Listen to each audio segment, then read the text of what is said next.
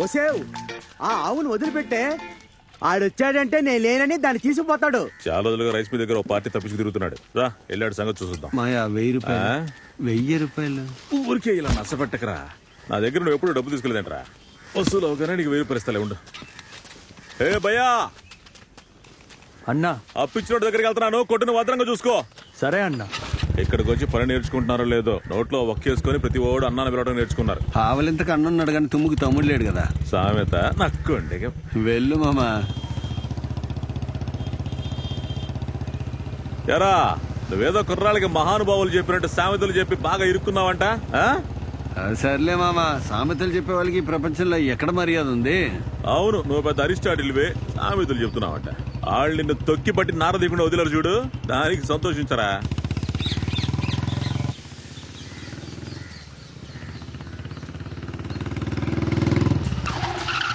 తాన్యా ఇదిగో. ఏంటనియా నువ్వు 100 ఇస్తున్నావు? ఆ? కాదు 100 రూపాయలే ఇస్తున్నావు.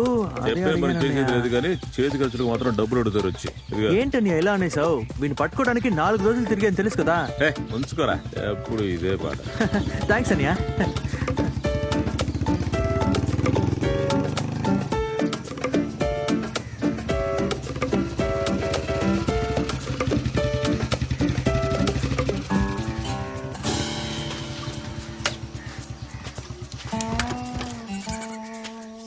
వెళ్ళనా అనా వెళ్ళనా?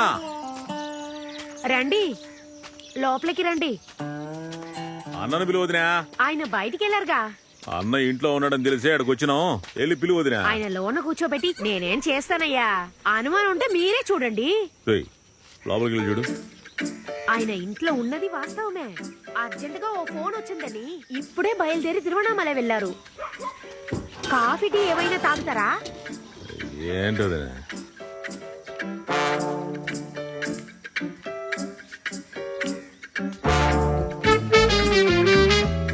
ఏంట్రా మావయ్య లోపల ఎవరు లేరు. అడవి చూడరా. తమ్ముడు అటు పక్క వెళ్ళకు, పాము పిల్లల్ని పెట్టింది. ఏం పర్లేదు.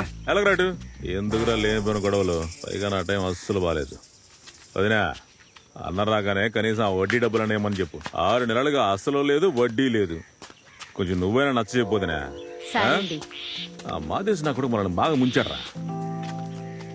ఒట్టి 200 కోసం మండు టెండలు అటు ఇటు తిప్పుతున్నాడు. నా చేతికి దొరకల. నా కొడుకు సచ్చాడే.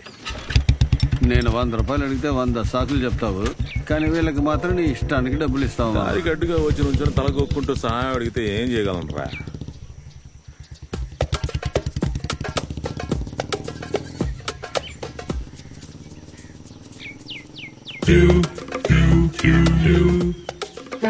వాళ్ళు వెళ్ళిపోయారు, కిందకి దిగిరా. బాగా చూసి చెప్పువే. వెళ్ళినట్టు వెళ్ళి దాక్కుని నన్ను పట్టుకుంటాడేమో. అంత ఏమీ తక్కువ లేదు, కిందకి రా. అయ్యో బాబాయ్. మాయా ఫోన్ కొడుతుంది చూడు. ఆడే ఆ మాదేశ్ నా కొడుకే. అండ్ ఏం చేస్తారో చూడు ఇప్పుడు.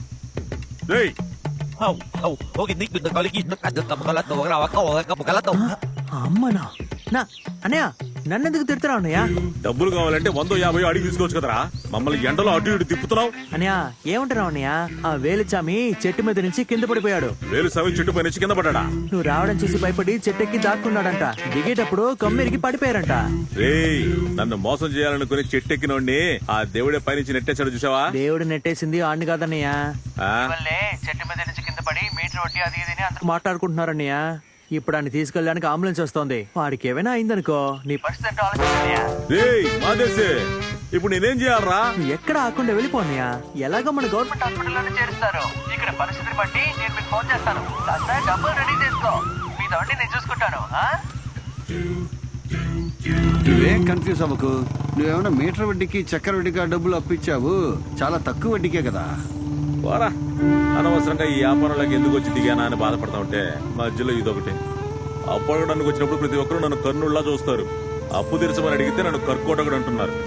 కనీసం ఇచ్చిన డబ్బునైనా రాబట్టుకోవాలని ఇంకా నేను ఈ వ్యాపారం చేస్తున్నాను.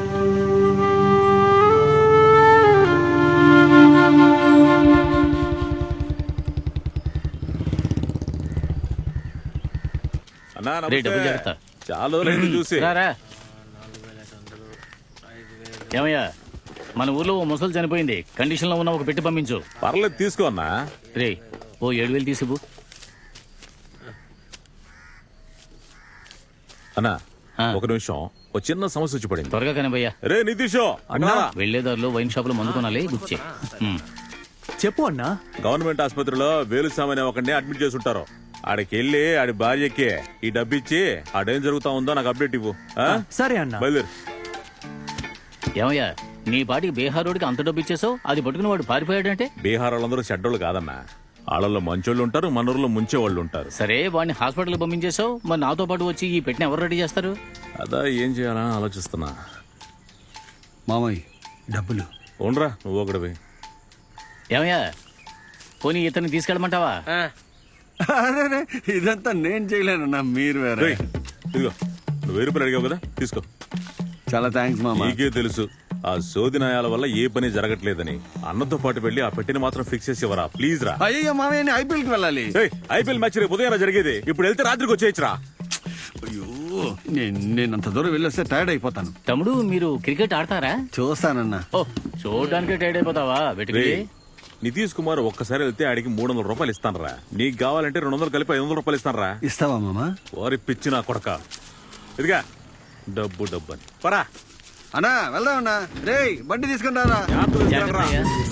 మామయ్య, డ్రైవర్ బాబు బండి తీ. సరేనా ఎక్కండి. అన్నా డీజిల్ కో 1000 రూపాయలు ఎక్స్ట్రా ఇచ్చి పంపించు. ఒరే వెటికెళ్ళి అనయ్య. పని బళగం లెక్కలో 8,000 కలుపుకో. సరే అనయ్య.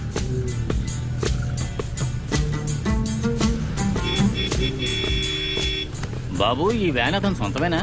అసలు ఇంతవరకు ఏం సొంతంగా కొన్నాడు? వ్యాన్ కి ఫైనాన్స్ చేశాడు, వడ్డీ రాలేదు, అసలు రాలేదు. అందుకే వ్యాన్ ఎత్తుకొచ్చి వ్యాన్ కి డీజిల్, డ్రైవర్ కి బేటా ఇచ్చి నడిపించుకుంటున్నాడు. అదే కదా అనుకున్నాను. ఇది ఐస్ బాక్స్ పెట్టి బండిలో లేదే. పరుగంటే ఇలాంటి పరుగు కాదన్నా. ఆ, ఇవాళ రాత్రికి రిటర్న్ అయ్యి రేపు ఉదయాన్నే ఒక పెళ్లి సవారికి వేరే వెళ్ళాలి. ఏంటి బాబు, శవ పెట్టి తీసుకెళ్లే బండిలో పెళ్లి పనులేంటయ్యా? అందుకే కదా మా మామయ్య దీన్ని ఇక్కడ తగిలించాడు. ఇదేంటయ్యా? దీని పేరు యింగ్ యాంగ్. దీన్ని చూస్తుంటే మా ఊళ్ళో పాములు మసలాడుతున్నట్టుగా ఉంది. అన్నా, ఈ రాత్రి పగలు సంతోషం, దుఃఖం, జననం, మరణం ఆ. ఇవన్నీ లైఫ్ లో మళ్ళీ మళ్ళీ వచ్చి వెళ్తూనే ఉంటాయి. ఆ. వీటన్నిటిని సమంగా తీసుకొని ప్రశాంతంగా ఉండాలన్నదే పన్బు మామ పద్ధతి. అరే రే రే, బండి ఆపోయ్యా. ఎందుకన్నా?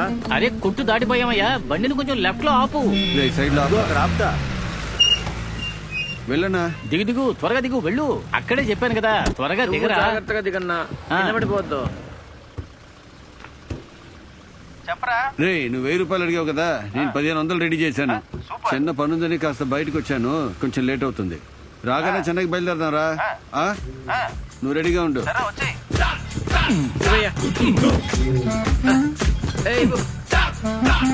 ఇవ్వు, ఇవ్వు. డోర్ మూయరా. బండి టైం అయింది. ఓ క్వార్టర్కి 10 రూపాయలు ఎక్స్ట్రా తీసుకుంటున్నాడు. ఈ ఇంటి మీద ఇన్కమ్ ట్యాక్స్ వాళ్ళు రైడ్ చేయరా? అన్నా, ఊర్లో ఏదైనా వైన్ షాప్ బ్రాంచ్ ఓపెన్ చేస్తున్నారా? అది కాదయ్యా, పెళ్ళిళ్లలో కంటే చావిళ్లలోనే ఈ మందు చాలా ముఖ్యం. ఇంకో 2 రాత్రుళ్ళు నిద్రపోకుండా ఉండాలి.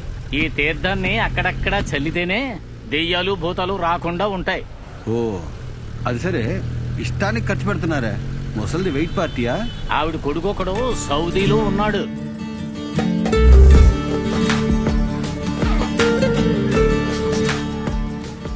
వాడు నాకు ఫోన్ చేసి, అన్నా నేను వచ్చేంత వరకు మా అమ్మ బాడీని చాలా భద్రంగా చూసుకో అని అన్నాడు. నేను సరే అన్నాను, మాట నిలబెట్టుకోవాలి కదా. అన్నా, సౌదీలో నుంచి ఒకటి చెప్పాడని ఒక బాడీకే బాడీ గార్డ్ అయిపోయావే. వాడేమన్నా అంత పెద్ద మనిషి ఏంటి? అలాగేం లేదయ్యా, ఊళ్ళో పశువులు మేపుకుంటూ ఉండేవాడు. పశువుల్ని మేపినా వాడు ఒక మనిషే కదా, వాళ్ళలో కూడా ప్రేమ పుట్టింది. నీ ముఖం అద్దంలో చూసుకున్నావారా? ఇప్పుడే చూసుకున్నాను రా. ఓ చూసావు కదా, నా చెల్లి తెలుపు, నువ్వు నలుపు. తను 10వ క్లాసు, నువ్వు 8వ క్లాసు. బర్రెలు కాచుకునేవాడికి నా చెల్లి కావాల్సి వచ్చిందా? వడివేలు, ఆవుల్ని మేపి నుండి దేవుడు అంటున్నారు, గేదెల్ని మేపి నన్ను భావనలేవా? ఓ అయితే నువ్వు దేవుడువా? దాంతో వాళ్ళ ప్రేమకి కమా పడింది. ఏంటన్నా ఫుల్ స్టాప్ అనకుండా కమాన్ అంటున్నావు? అరే, అక్కడేనయ్యా విషయం అంతా ఉంది. మలయప్పన్ తప్ప ఇంకెవ్వరిని పెళ్లి చేసుకోను అని ముత్తుమారి చాలా స్ట్రాంగ్ గా నిలబడింది.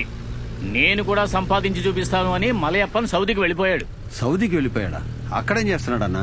8వ క్లాస్ ఫెయిల్ అయిన వాడికి అక్కడ కలెక్టర్ ఉద్యోగం వస్తుందా? అక్కడ ఒంటెలు మేపుతున్నాడు.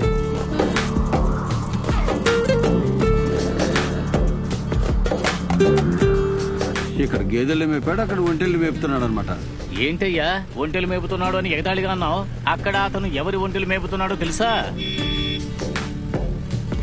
చూడు, ఇది చూడు, ఇది కూడా చూడు.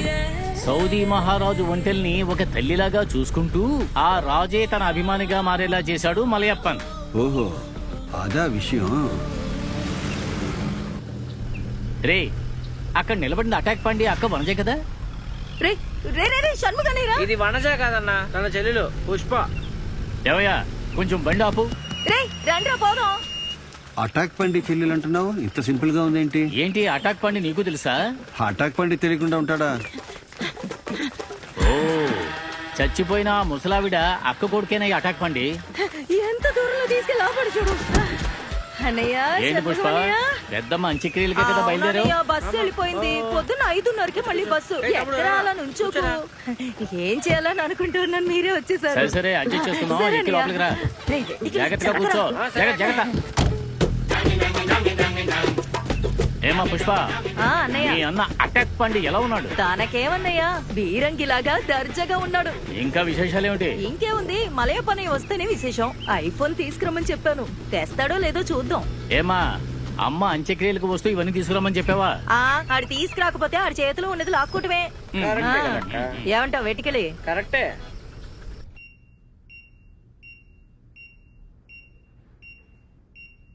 స్పైనల్ కార్డ్ లో దెబ్బ తగిలి పేషెంట్ పారాప్లజిక్ కండిషన్ లో ఉన్నాడు. 48 అవర్స్ అయితే గానీ ఏంటనేది చెప్పలేము. అది సరే, ఇతను ఎందుకు చెట్టెక్కాడు? చక్రవడ్డీ వాళ్ళు వల్లే ఇలా ఓ, అయింది. ఇది చక్రవడ్డీ కేసా? ఏమా, పోలీసుకి ఇన్ఫార్మ్ చేసావా? లేదు డాక్టర్. ఏంటమ్మా నువ్వు? ఒక అతను వడ్డీ బత్త చెట్టు మీద నుంచి దూకితే ఇంకా పోలీసులకి చెప్పలేదంటున్నావు. చెట్టు నుంచి కింద పడిపోయారని నాతో చెప్పారు సార్. చక్రవడ్డీ టార్చర్ అని నాతో చెప్పలేదు సార్. ఎలా చెప్తారమ్మా? చక్రవడ్డీ వాళ్ళు కుతికల మీద కూర్చున్నప్పుడు సామాన్యులు అసలు ఎలా మాట్లాడగలరు? మనమే ముందుకొచ్చి పోలీసులకి ఇన్ఫార్మ్ చేయాలి. ముందు పోలీసులకు ఫోన్ చేయమ్మా. Okay doctor. కొట్టానంటే అమ్మాయి వెనక్కి కూర్చుంటే గాల్లో తేలిపోతుంటారు. ఆపరా అక్కడ. లైసెన్స్ ఏది? ఎందుకు హెల్మెట్ వేసుకోలేదు? లైసెన్స్ ఉందో లేదో చూడు.